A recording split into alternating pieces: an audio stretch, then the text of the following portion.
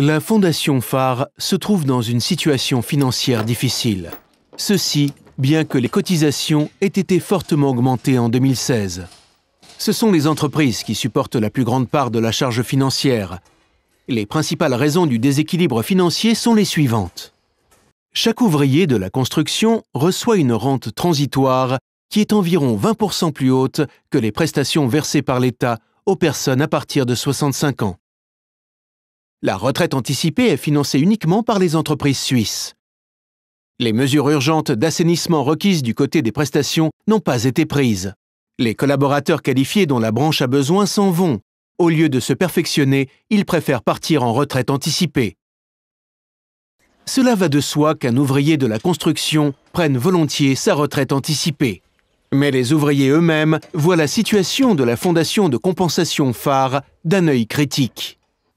Quelle est votre relation personnelle avec la Phare? J'ai parlé de la retraite anticipée, Phare, à mes collègues et mes connaissances. Ils m'ont dit trouver ces prestations exceptionnelles. À mon humble avis, c'est quasiment du luxe. Je n'aurais jamais pensé recevoir autant. On doit ajouter que l'on reçoit un 14e salaire. Et ce n'est qu'au moment où l'on reçoit les bordereaux du versement de la caisse de pension que l'on remarque que le 13e et 14e salaire ont été versés par la Fondation Phare. Les syndicats voient la chose d'un autre point de vue. Et selon le quotidien Aargauer Zeitung, ils voudraient financer cet assainissement de la Fondation Phare par des augmentations de cotisations. Même si dans ce cas de figure, les employés devront participer financièrement et que les sommes versées au second pilier seront réduites.